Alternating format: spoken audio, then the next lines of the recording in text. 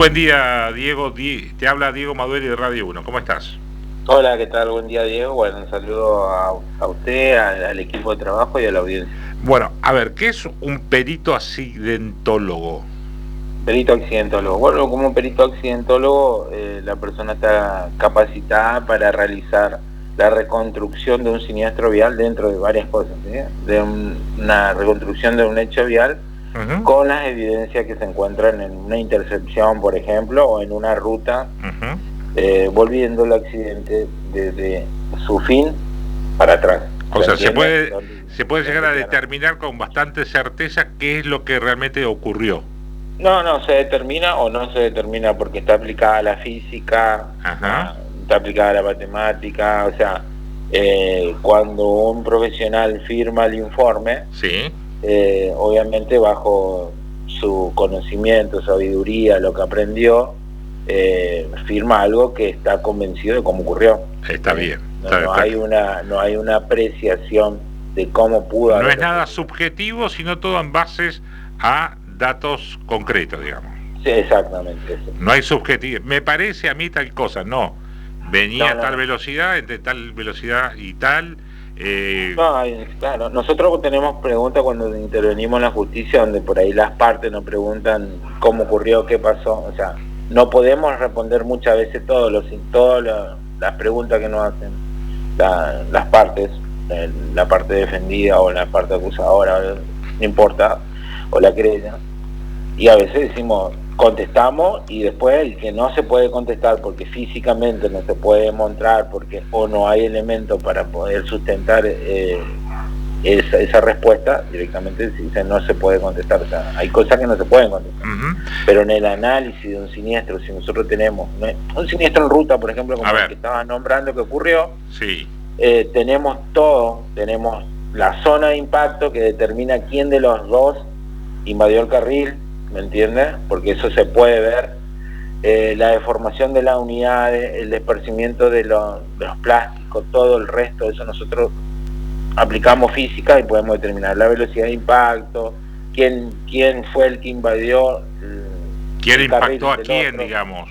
Claro, en la ruta solamente ahí se determina quién invadió. Quien invadió, bueno, esa es la responsabilidad, el que invadió tuvo la responsabilidad. Claro. Llevando a la estadística, para solamente hacer un comentario, casi el total de los siniestros que hay en ruta se producen por la maniobra de adelantamiento. Ese es el factor principal. A ver, cuando usted habla de maniobra, permíteme tutearte, Diego.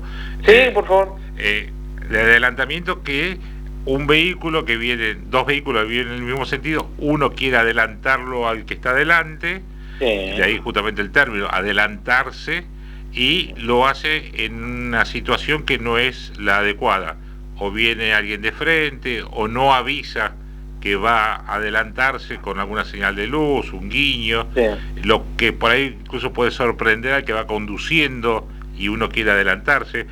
Son las cosas más recurrente que estás viendo en los peritajes de ruta principalmente, ¿no? Claro, sí, no, eso estadísticamente a nivel nacional, mundial, provincial, o sea, eso es estadística. El factor principal de los siniestros en ruta es justamente la maniobra de adelantamiento. Y que no ven que viene alguien de frente, calcula mal la velocidad. Claro, es el mal cálculo, realmente es el mal cálculo, lastimosamente uno sale y bueno, piensa que va a llegar y lo que pasa es que también hay que enseñarle que muchas veces cuando estamos haciendo la maniobra de escape, muchas veces se produce la colisión en la maniobra de escape porque ya los dos vehículos se dan cuenta que no van a poder y los dos generalmente atinan a la derecha.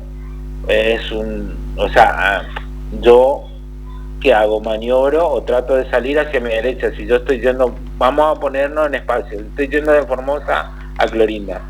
Si estoy haciendo, yo me quiero adelantar, ¿sí? Yo estoy adelantándome y estoy haciendo la maniobra y yo veo que no llego, o es abortar o tirarme a la banquina, ¿sí? Bueno, el que está yendo de acá para allá tiene que salir a la banquina y el otro se tendría que quedar en la ruta. Claro, pero el instinto hace que, claro, vos te vas. Claro. Vamos a ver si podemos explicarlo verbalmente esto, Diego. Sí. un auto viene atrás de un camión, se lanza, se abre para pasarlo, y en la mitad del camión, mientras está tratando de sobrepasar, se da cuenta que el que viene de frente viene muy rápido y no va a tener tiempo. Si no llega a frenar, lo instintivo es que el que va adelantándose se tira a la banquina, pero lo mismo hace el otro que viene de frente. Claro, bueno, en Europa, en algunos países se enseña esta maniobra por medio se practica, hay muchos que tienen, por ejemplo, que lo hacen por computadora, lo hacen, pero la mayoría sabe qué tiene que hacer. Si en el momento por ahí la circunstancia no lo gobernó y no lo pudo hacer, bueno, pero si uno lo aprende, podemos salvar muchas vidas. Muchas veces el que viene de frente también quiere escapar hacia la banquina y se produce muchas veces el siniestro, que dentro de todo podría haber sido evitable ya en esa instancia. Pero ahí te juega mucho, Diego, te juega mucho el instinto, digamos. Claro, sí, ¿no? O sea, y estamos hablando de milésimas de segundo donde el cerebro tiene que responder, ¿me entiendes? Exacto. O sea, tampoco podemos culpar, pero bueno. Y de acuerdo, ¿qué ocasiona el siniestro? El que hizo la mala maniobra, el que inició la maniobra de levantamiento. Muchas veces hay que tener paciencia, irse 10, 15, no sé, 20 kilómetros, no podemos pasar a 2 muchas veces también. Yo veo, porque vivo mucho en la ruta por mi trabajo, veo que van estos camiones que son de empresa y van 3, 4 y muy pegados. Claro, hace como un convoy de camiones. Sí, claro, porque de esa forma se cuidan, porque llevan mucha plata, muchas cosas involucradas, pero tendrían que tener una distancia prudencial para que los vehículos puedan ir adelantando en tramos. Muchas veces uno se queda atrás y tiene miedo, y uno cuando ve son 3 camiones y son más de 150 metros que tengo que ir a la par de eso, ¿me entiendes? Exactamente. Entonces ese es el problema muchas veces. A ver, ¿y cuánto hay, no sé si se puede determinar un porcentaje, de incumplimiento de normas de tránsito en los accidentes? Digo, pasar a alguien en una curva que hay doble línea amarilla pintada que no se debería pisar. Claro. ¿Cuánto hay de eso, de irresponsabilidad por no cumplir normas de tránsito? Sí, bueno, esto es estadística también a nivel nacional, mundial, que sea. Del 100% de accidentes, el 90% es por causa, o el 80% en realidad, el 80% es por causa del factor humano, de la decisión que tomó la persona. El otro 10% es, por ejemplo, ahora, cómo está el tiempo, ¿sí? Y el otro 10% es el estado de la unidad que vamos conduciendo. Entonces, poniéndolo en número de 100 accidentes, quiere decir que 80 tuvo la culpa la decisión que tomó el conductor. Claro. Un 10 estuvo entre la unidad, que no tenía freno, que se rompió la dirección, etcétera, y el otro, como hoy, que está un día lluvioso, que sabemos que tenemos que bajar la velocidad, tener más precaución. En realidad siempre la tenemos que tener, pero bueno, en estos días tenemos que extremarla. Volviendo a la responsabilidad, entonces entendemos que el factor desencadenante en un 80% de los siniestros viales son por las decisiones que tomó el conductor o los conductores en una intersección, claro, o en una maniobra de adelantamiento, o los que intervinieron en un siniestro, ¿sí? Ahí entra la negligencia, imprudencia, impericia, la inobservancia de las normas de tránsito, ¿me entiendes? Eso es a nivel técnico. Si lo llevamos a una charla, decimos, bueno, no le hace caso no le interesa cumplir la ley y hace lo que quiere en realidad, y bueno, eso produce estas consecuencias muchas veces. Bien, en este caso, ya cuando venimos al ámbito urbano, ¿sí? Ya los accidentes de tránsito, de hecho, lamentablemente hubo 2 con camiones involucrados. Muchas veces, creo, sin tener experiencia y conocimiento técnico al respecto, que muchas veces también los conductores de los camiones creen que manejan un Fiat 600, y es un vehículo que con carga tiene una inercia de desplazamiento totalmente distinta a un vehículo vacío o más chico. Sí, bueno, en realidad nosotros en la física, bueno, ya en la parte de la matemática anulamos las masas, pero cuando estoy hablando de la distancia de frenado, que realmente es lo que va a evitar o no un siniestro si es que necesitamos la aplicación del freno para evitar un siniestro. Pero sí, obviamente, al ser una mole, un aparato muy grande en circulación, en realidad tendrían que tener. Por eso está el carnet profesional, porque no es lo mismo conducir un vehículo que un camión. La responsabilidad se entiende que es mucho mayor y que el que intervenga en un siniestro de tránsito, el factor o el resultado o las causas, con causa fatal por ejemplo, va a ser mucho más grave que con dos vehículos. A veces se entiende que para manejar un vehículo uno tiene que ser profesional, tiene que pasar otro filtro, tiene que tener más conocimiento. La responsabilidad, siempre hay responsabilidad, pero tienen más responsabilidad porque están manejando una estructura o un vehículo de grande dimensión. Claro. Y también hay otra cuestión que es aquel que maneja un vehículo más chico, por ejemplo una moto, sí, cree que tiene prioridad de paso en una esquina por ser un vehículo más chico, de adelantamiento, que las normas de tránsito no están hechas para ellos, que los semáforos están decorativamente puestos en las esquinas. El motociclista suele ser bastante, por regla general, bastante incumplidor de las normas de tránsito. Sí, en realidad se ve mucho eso y gracias a esta pregunta, porque justamente algo que yo estoy viendo ahora que se está incrementando muchísimo el no respeto en el semáforo por parte de, no todo, pero que se incrementa, sí. ¿Estás viendo ese aumento en los accidentes como consecuencia de no respetar los semáforos? Estoy viendo el incumplimiento y bueno, es un factor tan desencadenante, pero o sea, antes circulábamos y veíamos que se respetaba, que había 10 motos y por ahí uno pasaba. Hoy a la mañana cuando yo venía pasó un semáforo y 4 motos pasaron y eran 5 los que estaban parados. Dije, uy, Dios mío, ¿me entiendes?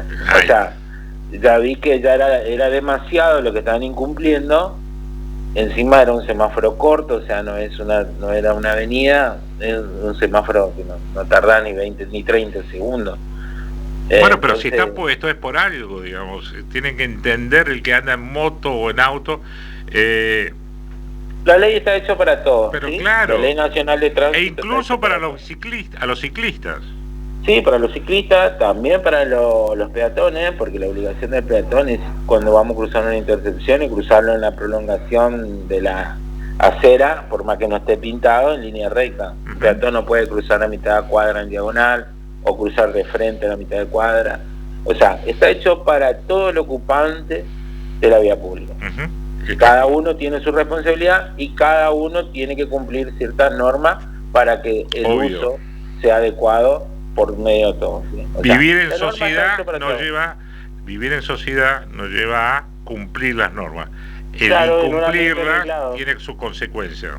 Claro, en un ambiente reglado. Nosotros tenemos que vivimos en un ambiente reglado, que es un ambiente donde tenemos normas que cumplir, por circunstancias que ya fueron analizadas y que el incumplimiento de eso llevaría a que ocurra algo o no, y también incumplir eso a una sanción por el incumplimiento. Exacto. Entonces, el motociclista tiene que entender que, igual que el ciclista, tiene que entender que tiene que respetar el semáforo, que tiene que circular por tanda, que no tiene que subir a la vereda. O sea, hay muchas cosas que tenemos que tener en cuenta. Y acá un oyente me dice, Diego, me fui a Brasil el verano en auto y le di a manejar a un familiar que sabe andar en ruta. Porque no es lo mismo andar todo el día en una ciudad y no haber salido nunca a la ruta, y salir a una ruta, sobre todo con las del Brasil, que tienen mucho camión, mucho tránsito pesado. Sí, mucho eso también hay que tener muy en cuenta, hay que reconocer las limitantes que uno tiene a veces como conductor. Claro, porque es una decisión muy importante la que tomó esta persona, porque el que se fue a Brasil en vehículo muchas veces se va muy estresado porque no está acostumbrado a andar en ruta. Claro. Y bueno, yo acá en Argentina me muevo mucho por acá por el litoral en mi vehículo, pero cuando me tuve que ir viajé como, o sea, uno no está tranquilo, o sea, tiene mucho, es totalmente distinto circular ahí.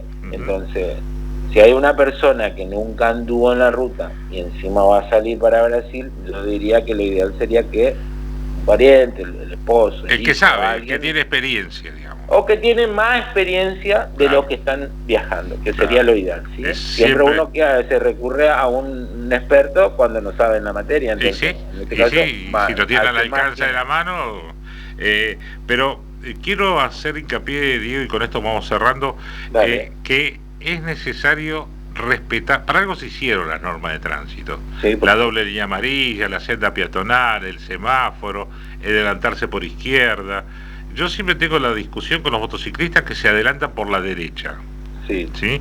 Estoy llegando a un semáforo, yo vengo por la Belgrano y quiero doblar 25 de mayo, yo le pongo el guiño a mitad de cuadra que voy a doblar, y se mandan igual porque quieren, y siguen derecho. Y entonces, ¿qué te pasa? Lo tenés en la mitad del vehículo al motociclista pegado ahí contra el que está estacionado, que también es otro tema. El adelantamiento siempre es por la izquierda. Siempre, por ley es por izquierda. Incluso para las motos esto cabe, ¿no? Claro. Porque acá lamentablemente las motos, llegás a las esquinas y se te mandan por la derecha y vos querés doblar, aún con el guiño prendido.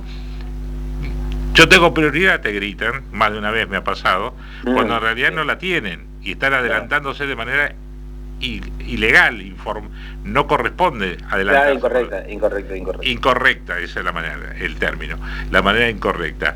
Diego, hubo un accidente en Lelón y de Anfunes, con un mayor y un menor yendo al colegio, y a eso es otro tema.